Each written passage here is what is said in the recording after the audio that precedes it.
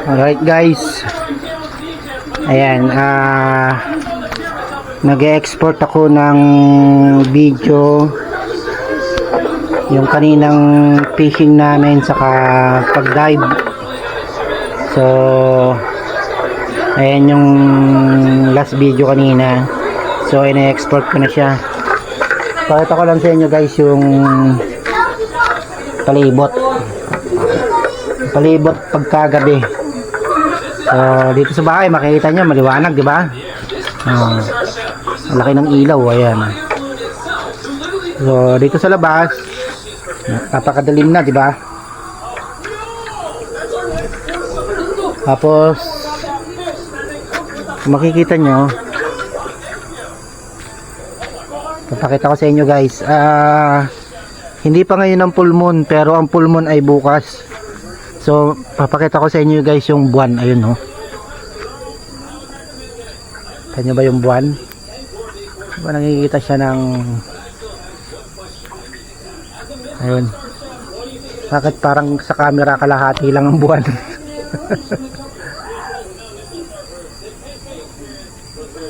Ayan, basta ayan yung buwan. So ang oras ay alas 8:09 ng gabi. So makikirinig nyo puro ano na lang ng kulisap yung maririnig nyo, no, yung huni. So madilim siya, di ba? Madilim yung paligid ng bahay. Iikot ko kayo pagka yan, sa gabi. So halos wala na kayo makita maliban dito sa naaabot ng ilaw. Ito tulad na ito guys, yan. Wala kayo makita, di ba? So para may idea kayo kung gaano kadilim diyan, lagyan natin ng flashlight.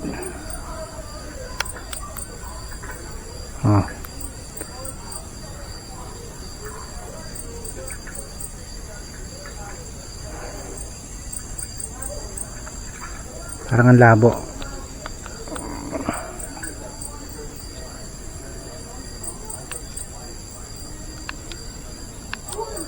Yan. Ganun pa rin eh. So may nakikita ba kayo guys? Kung sakaling pare-pareho tayo may makita guys. Ayan yung palibot ng bahay ha. Ayan yung madilim kanina. Itong daan na to papunta na ng bundok yan. Ayan yung guys yung ang buwan, no? Nakasilip yung buwan, no? So ayoko na pumunta doon guys. Hindi na ako sanay dito sa, siyempre matagal na akong nanirahan sa syudad. Parang hindi ko na kayang pumunta sa ganyang kadilim sa gabi. Diba? Kita nyo, dilim, diba?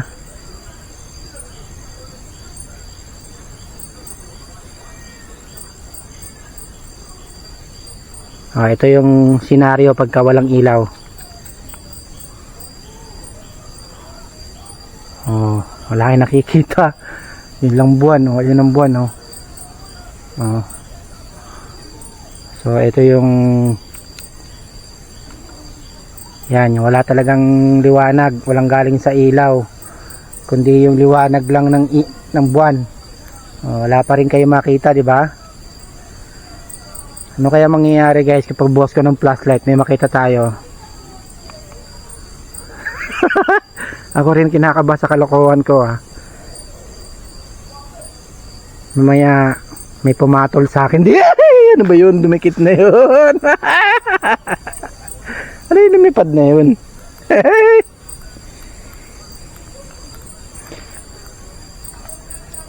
May dumikit sa braso ko guys. Yan, itong daan na to, yan, papunta yan ng bundok. Yan. So, kung nakikita nyo yung may maliwanag doon, di ba? May nakikita kayo parang maliwanag doon. Ayun yung kapitbahay. Ang layo ng kapitbahay, di ba? So, ayun yung buwan lang.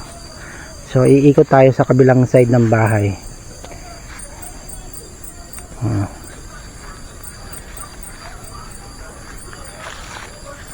Ano ba yung maputi doon?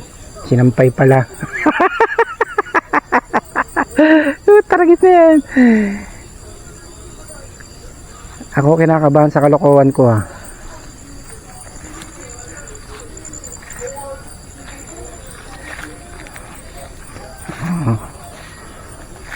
Ito yung kala ko kung ano yung maputi. Putragis, sinampay pala.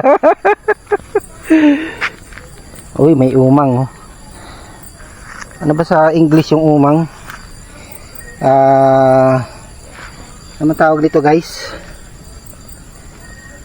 Pinapain namin yun sa isda. Ayan yung pag namimingwit ako, yan ang pain. Yung parang tiyan niya, kinukuha, yun ang nilalagay dun sa kawil. Ayan.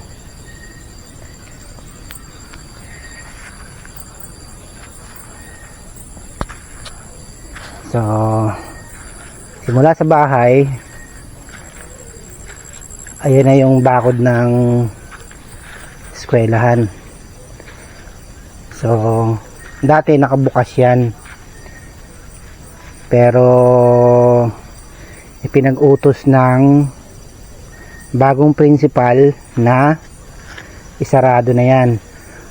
At dati, yung gate na yan ay hindi naman mataas ang bakod niyan. Kaya mangyayari niyan, hindi na kami makakadaan dyan sa loob ng eskwelahan. Pag itinuloy ng bakuran ito, ayan tataasan yan ayan yung karugtong na hindi ko alam kung kailan matatapos yan, natataasan.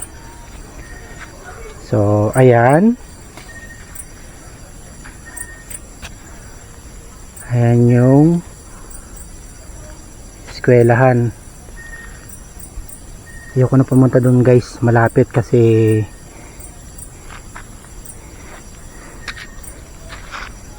may history ang school na yan. Marami nagkukwento dyan guys na yung mga dumadaan dyan sa gabi. Kasi yung kapitbahay namin doon, wala kasing internet yun guys, walang wifi.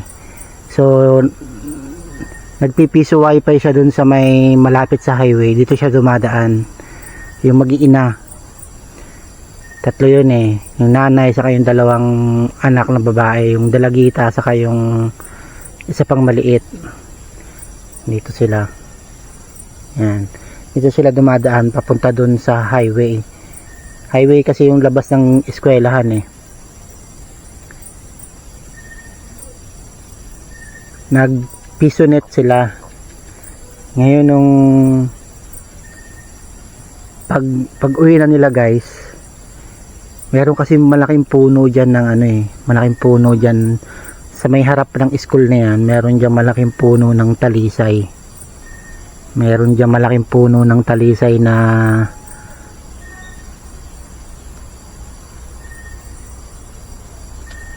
bakit ganito yung camera?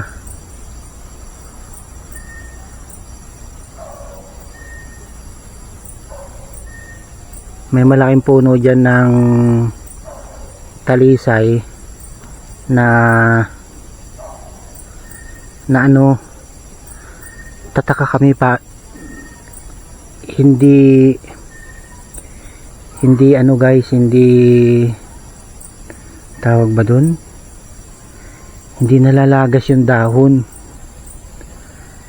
Yung mga katabing puno niya naglalagas. Nahuhulog yung dahon ba?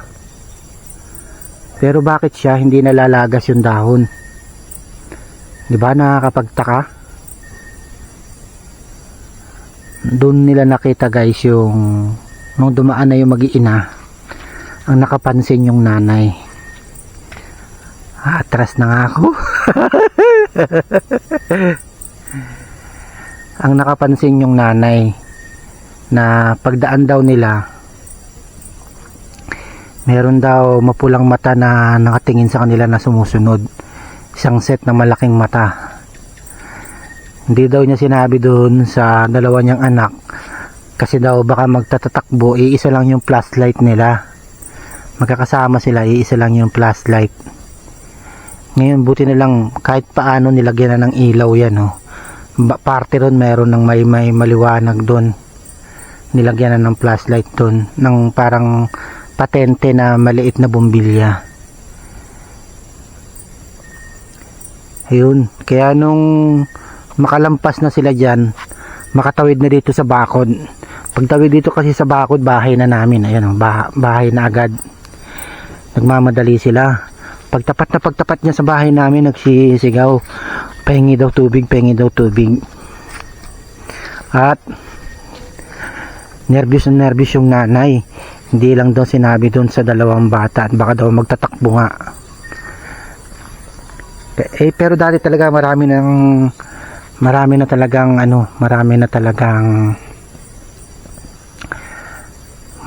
nagkukwento diyan, lalo na doon sa may puno ng talisay.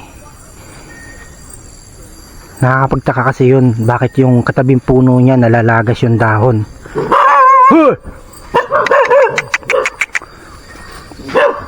Kain kita dyan. Nalalagas yung dahon, guys. Bakit? Yung puno na sinasabi ko ay hindi nalalagas. Naglalagas man, pero konting-konti lang. Yung dahon na nalalaglag, konting-konti lang. So ito guys, punta tayo sa kabilang side ng bahay pagkagabi. Ayan. Napakadilim, di ba? Napakita ko na sa inyo yung palibot ng bahay pag umaga, di ba? So yung rest house doon na kubo, nilagyan ng bayaw ko ng solar light, pero mahina pa rin yung solar light niya. Ayun. Tapos may isa pang kubo doon, parang bodega sa kagarahean ng mga motor pagka malakas ang ulan. Doon isinisilong. Ayan. Ito ano to yun. Putangin, kinabahan, takot tuloy ako. Sa tatay pala yun. Doon pala yung biyanan kong lalaki. Takot tuloy ako. Nandun pala si tatay. Ayan, ito yung buna yan. Ayan yung parang pag malakas ang ulan, dyan sinisilong yung mga motor. May dalawang motor kasi dito. Ito yung isa. Saan kaya yung isa? Yung sa bayaw ko. Andun yata sa harap, di ko napansin. Ayan. Tapos yung nakita niyo yung may ilaw doon. Ayan, yung may ilaw doon. Yan ang pinakamalapit naming kapitbahay. Yung may ilaw doon. Oh, tingnan na naman yung buwan. Tingnan na naman natin yung buwan. Tuntua talaga ako sa buwan. Ito guys, puno ito ng langka. Ang daming bunga. Oh. Yung mga nakabalot na yan guys, yung mga nakasako. Hindi kung ano-ano yan, huwag niyong isipin kung ano yan. Langka yan. Kasi ganyan ang langka para pag medyo malaki-laki na, binabalot, isinasako para hindi anuhin ng insekto. Di ba ganyan din sa live, isinasako rin para hindi manggulo yung mga insekto. Alam niyo na ibig sabihin ng ano ha, pag isinako para hindi manggulo. Ayan. Ito yung guys. Tapos yung ito diyan ay tulay na yan. Ayun yung bahay na yun, yung may ilaw na yun. Ayun yung pinakamalapit namin kapitbahay. Malayo yan guys, kahit magsigawan ngayon, di kayo magkakarinigan. So ito yung walang harang na shot para sa buwan. Oh, ayan.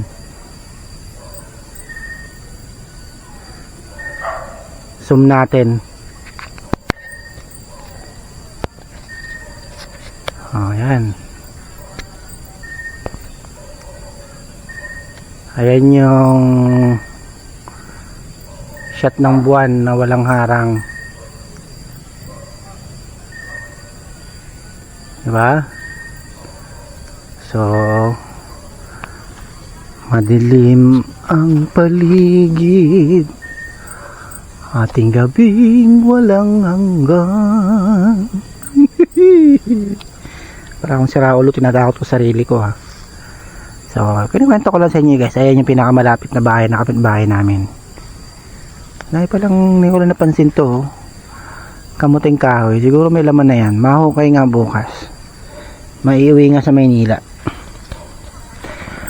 Ngayong gabi na to guys. Bukas Sabado na. So, buong maghapon siguro nasa dagat ulit ako. Tapos bukas ang gabi, babiyahe na kami papuntang Manila. Balik na kami ng Manila. So, kaya bukas ang susulitin pa. Bukas ng maghapon. Susulitin pa yung totoo lang guys, masakit na yung mga hita ko, yung mga likod ko, yung braso ko dahil sa init. Sunog na talaga ako guys. Nognog na ako. Pero baliwala yan. Sulitin ang bakasyon. Yung mga sunburn na yan, ayan yung ebidensya na nagbakasyon ka. Pag wala kang sunburn, walang ebidensya. Saka, yun nga yung inuwi mo ng probinsya para diba, para mag-enjoy. So, punta tayo ng kusina. Ikot tayo ng kusina.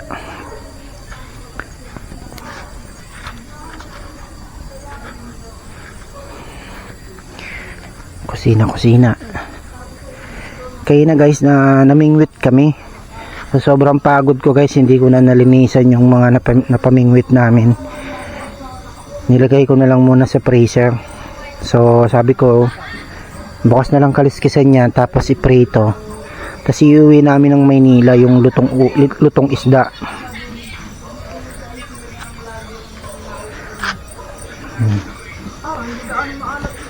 Ito yung isang motor.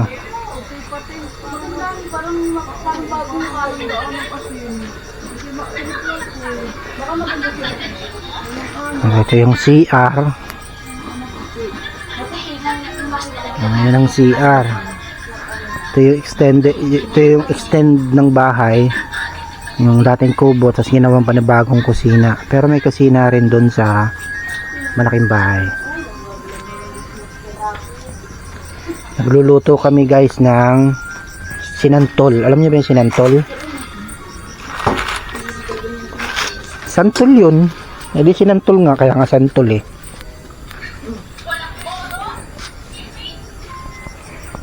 Iuwi rin namin.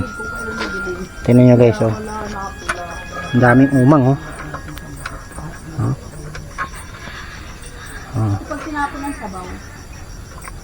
Gabi-gabi yan guys. Ilang araw na ako namimingwit. Yan ang hinuhuli ko para maging pain. Umang. Ang lalaki niyan, oh.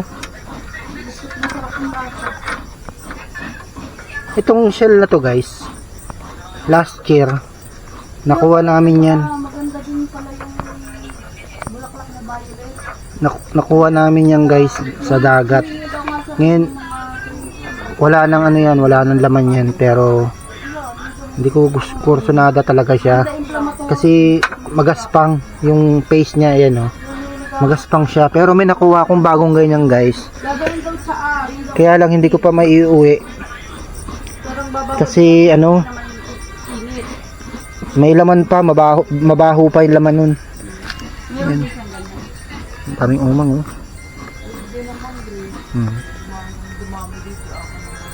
Oh. Ayan yung Yung namamain namin sa isda pag namimingwit. Yung pain na yan guys, dito lang kinukuha yan sa palibot-libot ng bahay. Marami yan. Oh. Lalo na pagka nagkayod ka ng nyog. Ayan o, talog niya. Kinakain niya yung ano.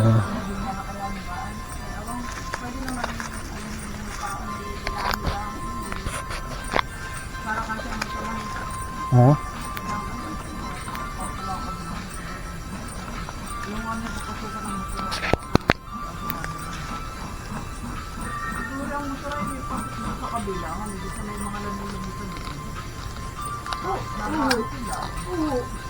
Napasok mo din dito guys, sarado yun guys. Ha? Napasok mo dito yung motor. Doon, nag-overnight. Di sa gilid. Ang lalaki oh. Di ba nag-drive ko malabas? Nagilawang daan nun. Ayan yung nyug. Pagka yung pinanggataan, yung tawag ba doon, yung sapal. Ito guys, cantinola. Ayun o. Pamilya ng mga manok.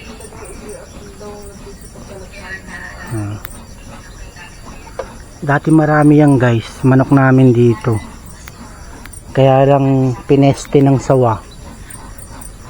Buti nilang nahuli na yung sawa. Dati marami na yan eh. Dalawa yata yung sawa dito kasi palitan. Minsan sa isang gabi 2 beses silang nag-iiyakan ng ganyan hanggang sa kanda ubos na. Pati nga yung isang panabong nayari eh. Dati maraming panabong dito yung bayaw ko eh. Hanggang sa tinanggal na lang, nilipat na. Ganyan yung mga manok ko. Territorial sila sa hapo.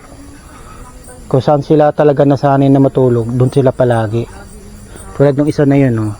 Yan, nakabukod talaga siya. Tapos ito yung tandang. Tapos yung mga anak niya.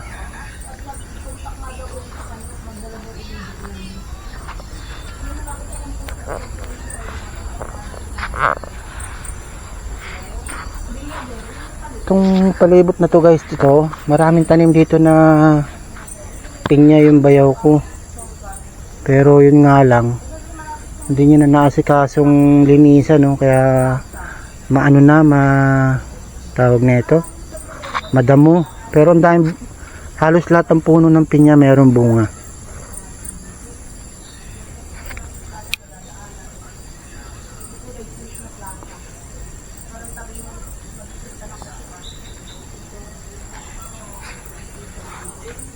Yan yung palibot natin guys, no? Puro nyog, saging, diba? Palakang bullfrog.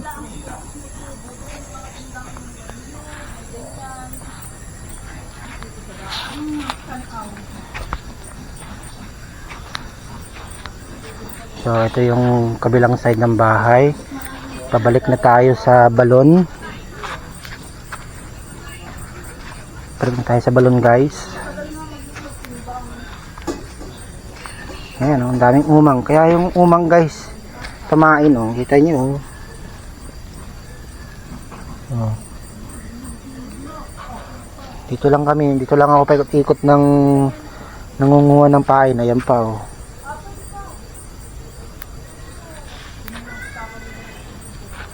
Kaya pag mangangawil kami sa umaga, di na problema yung pain. Sa gabi pa lang kinukuha ko na. Kasi sa umaga mahirap yung hanapin. O yan, umang.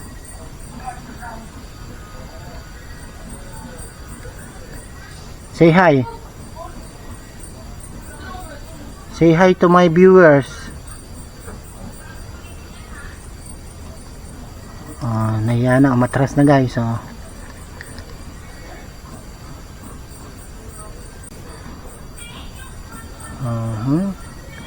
Yan na siya, atras na siya.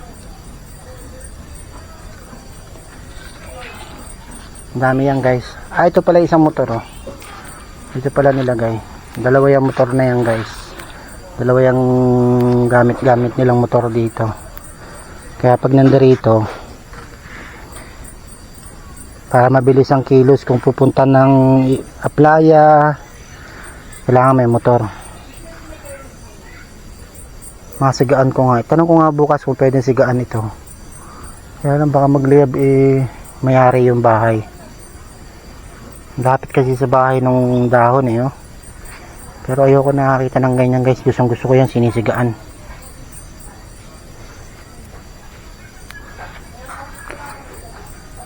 Ito na yung balon. Diba guys, nakikita nyo dyan ako naglilinis ng isda. Bukas maglilinis na naman ako ng isda.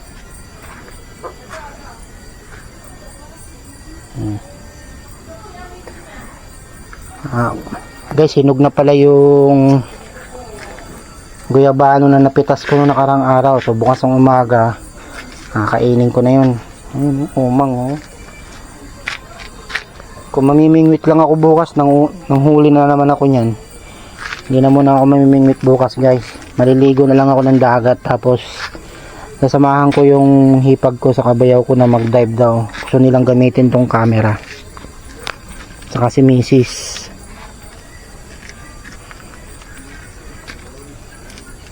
Daming halaman ng binan kong babae oh. Yung iba dyan mga patanim lang sa kanya. Tapos pag malaki na kukunin ng mga nagpatanim.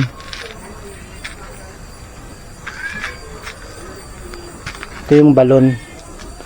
Diyan kinukuha yung tubig na pang gamit-gamit lang sa bahay. Iba yung kinukuhaan na ng tubig para sa inumin. Ibang lugar naman kinukuhaan nun.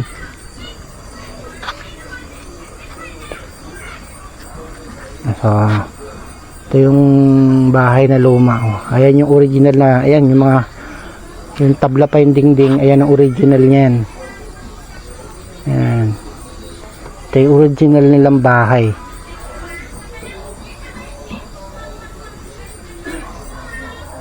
Ayan ang original. Itong bahay na to,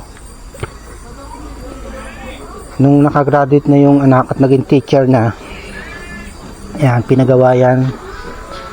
Mga ilang ano pa lang itong bahay na to, siguro mga 4 years, 5 years, mga ganon. As ito yung ano, parang storage ng tubig.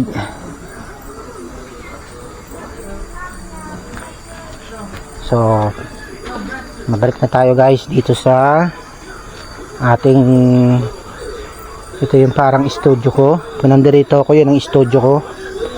Diyan lang nakakalat yung mga gamit ko. Yung pamingwit namin. Yan, nandyan lang yan. Ayun yung B8 ko oh. Kasi minsan gusto ng biyanan ko na kumakanta-kanta ako rito. Minig siya sa kanta eh. Ayan.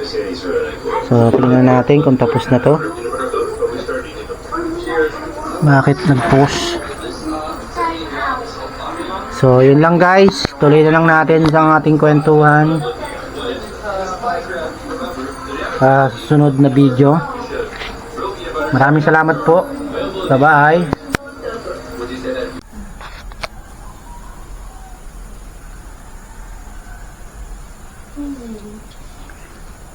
Alright guys, good morning. Yan, balik na naman tayo sa pag-edit, pag-i-import ng import-export ng video. So, ito si Master, kagigising lang.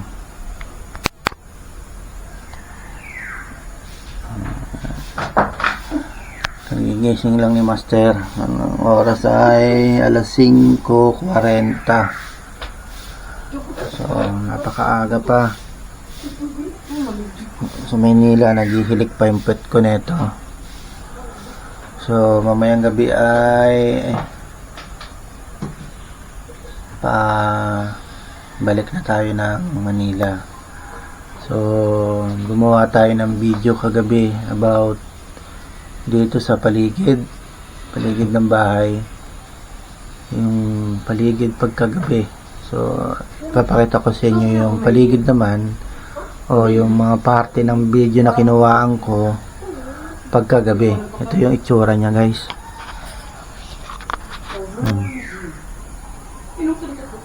Yan ang itsura ng paligid pagka umaga. So, ayun doon, ayun yung gate ng school.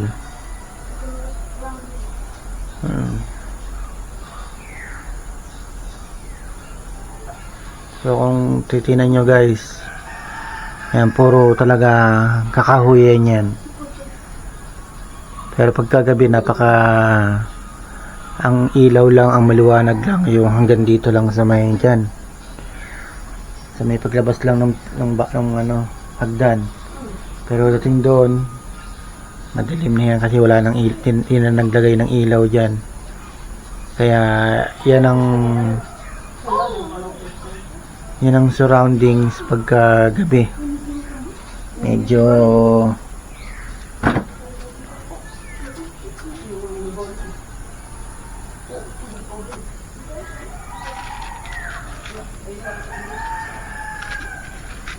Medyo madilim talaga.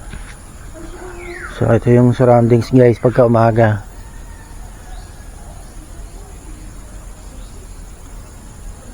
Napakatahimik, di ba?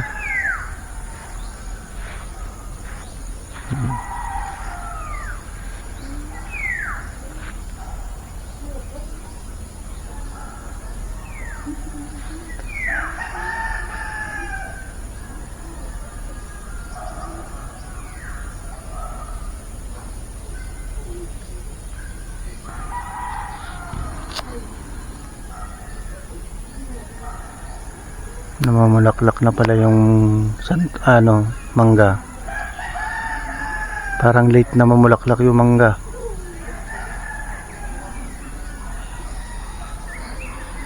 So ang ating schedule for today, hindi na tayo mamimingwit.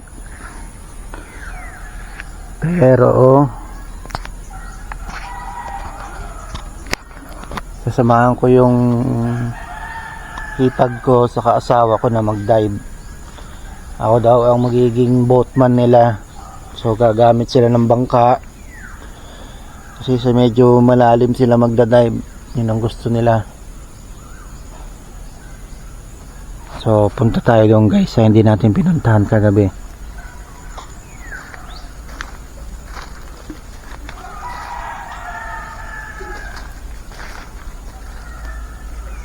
Ito yung hindi natin pinuntahan kagabi.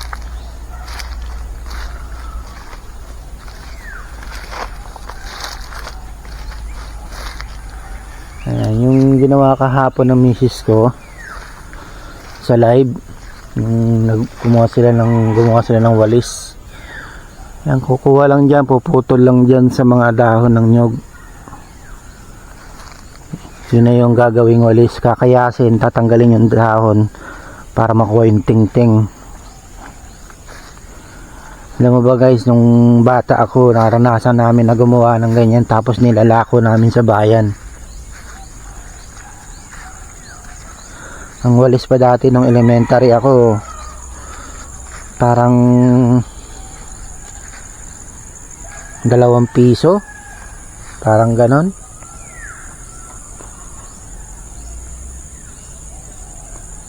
₱2 o 5 piso ang walis.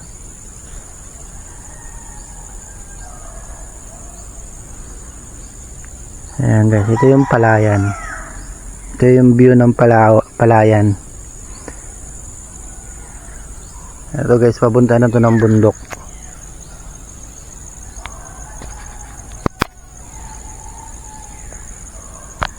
Yan, papunta na ng bundok yan guys. Paakyat na yan ng bundok.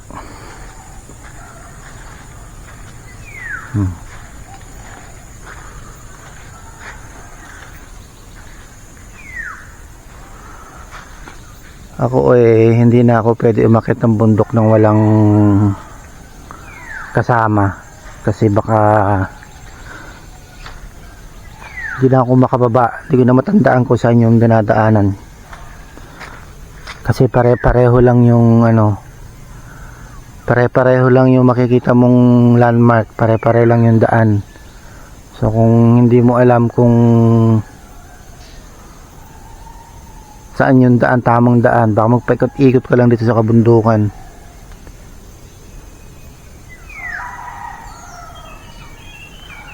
Ayan yung palibot ng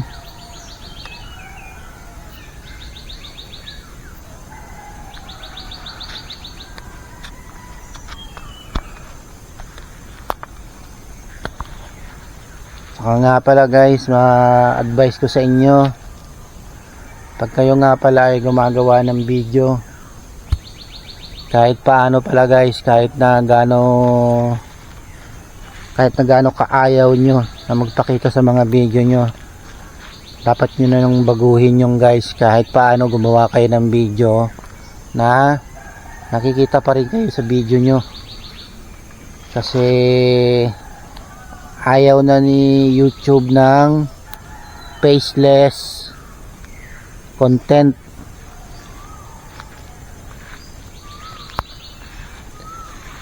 Kahit gaano kaganda yung video nyo, kahit gaano kaayos yung pag-e-edit, iniisip nyo pa rin na yung video nyo ay galing sa ibang video na in-splice nyo lang o kinat nyo lang. So kahit paano gumawa kayo ng video na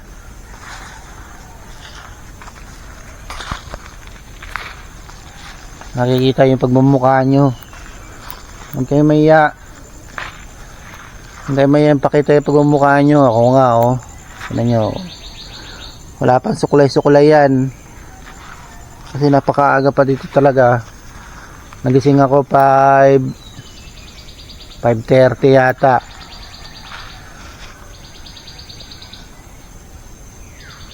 Tapos meron nga binalita sa akin si Mrs. na yung isa kong inaalagaan ay hindi na-approve for monetization. Hindi ko rin talaga maisip, pero nagsimula ulit ako mag-review ng mga channel niya at may nakita nga ako medyo isa nga ito maganda. Pansin ko nga sa mga video niya hindi siya nagpapakita. Tapos kung titingnan mo yung video niya parang galing talaga sa iba, pero siya yung gumagawa, boses niya, siya yun nga lang hindi siya nagpapakita. So tingnan nyo, napakatahimik ng paligid nito guys. Teka, gano'n na ba kalayo narating ko? Baka hindi ko na matandaan yung dinaanan ko.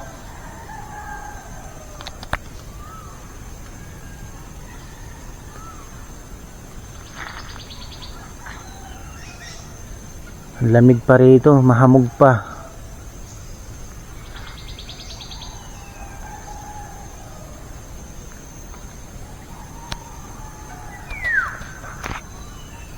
Imagine niyo banda doon sa may bahay, madilim na pagkagabi. Imagine niyo to pagkagabi talaga. Wala ka na makita. Pero makakapagtaka ka guys, meron pa rin mga umaakit ng bundok, kasi may mga pating itaas niyan, may mga kuprahan pa yung ng nyog, yung pinanggagatungan ng nyog para maging kopra. Saka doon sa may kabilang side ng bundok na yan, meron pang palayan doon, medyo may maliit na palayan pa doon. So ibig sabihin meron pa rin umaakit doon para magsaka, magtanim, saka magkopra. Minsan gabi naririnig namin dumadaan sila dito. Minsan flashlight nila dalawa lang, isa lang, pero ang dami nilang umaakyat. Minsan 6, 7 magkakasama sila doon matutulog. Hindi kaya minsan gabi na sila bumababa, pero yung flashlight nila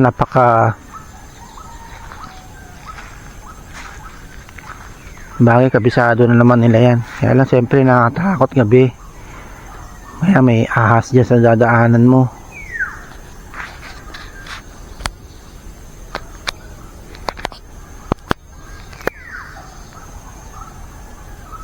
Ayan yung palibot.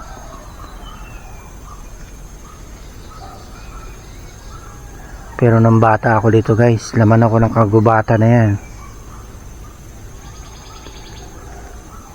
After ng bundok, dagat naman. Kaya ako umaakit ng bundok kasi naghahanap ako ng mga ng bata ako. Kasi may alaga kaming baboy. Mayroon kaming 3 baboy na inaalagaan. Hindi kami bumibili ng pagkain, yung darak o yung ipa. Ang pinapakain namin guys yung wild na gabi. So kumukuha ko niyan sa bundok, sa mga tabi-tabi ng ilog. Pinuputol ko yun, dinadala ko yun sa tingin ng bahay, lalagain pa yun, palalambutin. Kaya yung mga halimbawa tulad ng pinaghugasan ng bigas, yun ang pinapansabaw doon para kahit paano may lasa. Yun ang pinapakain sa baboy.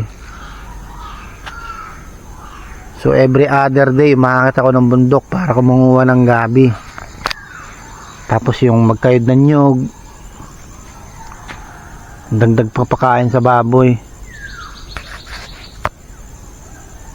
Tapos maghanap ka ng saging na yung may mga buto. Tawag namin dito saging ng unggoy. Kasi may buto talaga yun. Pero matamis yung guys, napakatamis. Kaya alam may buto.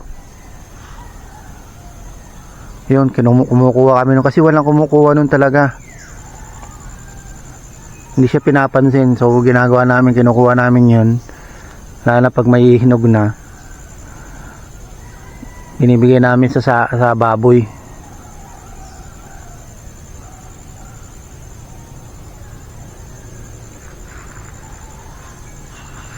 Ewan ko lang ngayon kung may parang ngayon mga baboy dito parang ang pagkain na puro feeds na. Puro artificial na. Mantalang kami dati pagkain ng mga baboy namin yan nga, yung dahon ng gabi sa katawan ng gabi. Tapos nyug.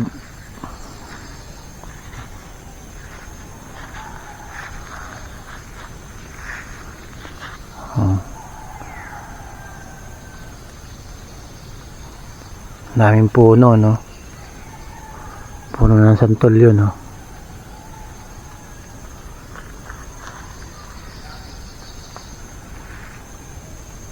Uy, maambon ba?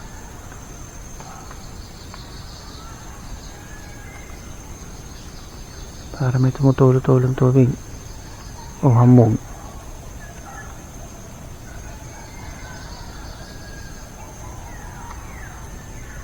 Dito pa lang medyo nakakatakot na no? Paano pag-aakyat ka na talaga sa bundok? Tapos medyo madalim na.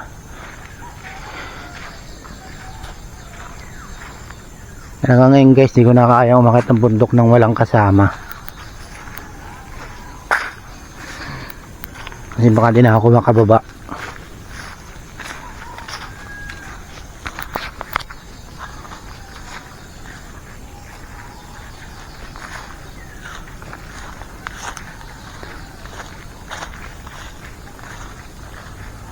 Mukhang hindi maaraw ngayon guys.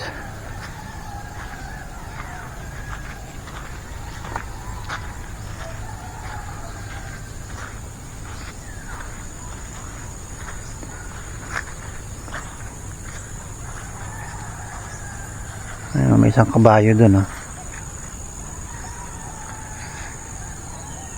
Dati itong palayan na to ang nagmi-maintain yung magulang ng asawa ko.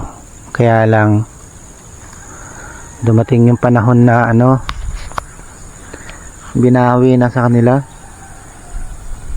Wrong timing naman yung pagbawi. Binawi kung kailan nagkasakit yung binan kong lalaki.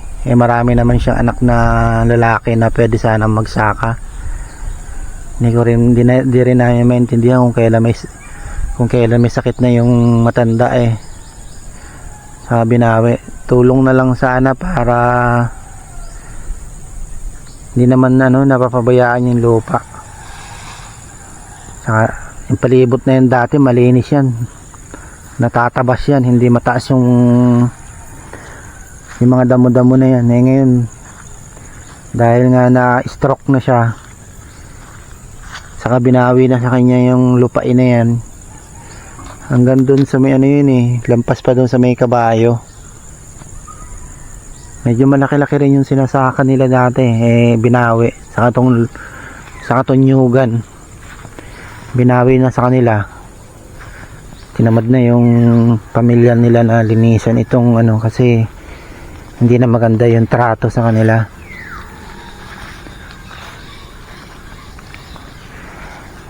Pati nga yung bahay naging issue yan, kasi loto yan ng may-ari, pero may usapan kasi yan dati. May original na may-ari niyan kasi yung foreigner mismo nagsabi na dyan sila tumira at magpagawa ng ganyan kalaking bahay. Ang may-ari talaga niyan foreigner, may asawang Pilipina. Yung anak ng Pilipina ang medyo, nung namatay na yung foreigner, yung anak ng Pilipina yun ang nagdesisyon na pawiin na tong lupain. Yung nakatira nga doon si Don Pacundo, lapit doon sa may kanto, si Don Pacundo de Atres de Abante. So ito yung itsura ng bahay guys pag umaga. Dati nung hindi pa na-stroke yung biyanan kong lalaki, yung dahon na yan smooth yan, tapos wala ka makikita mga ganyan na yung mga bumagsak na dahon ng nyog, nakasalansan yan para pagka tuyo na during summer sinisindihan yan para masunog. Hindi nila masikaso.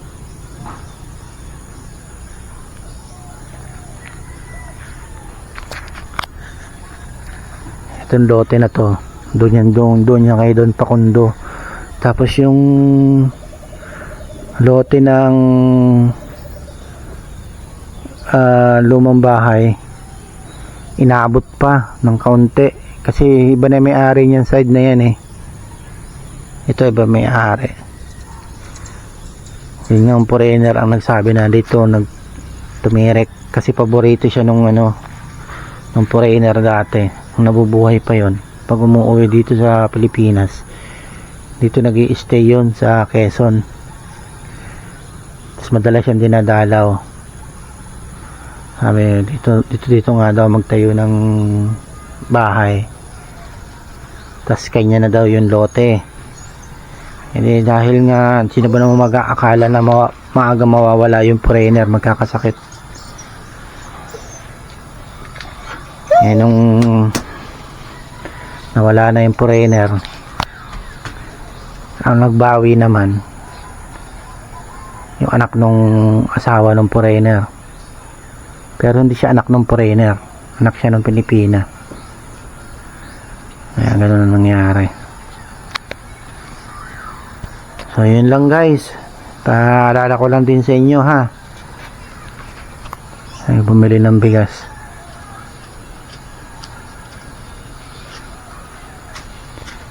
Paalala ko lang sa inyo guys, pagka gagawa ng video kahit paano ay magpakita sa video. Yun lang po, salamat.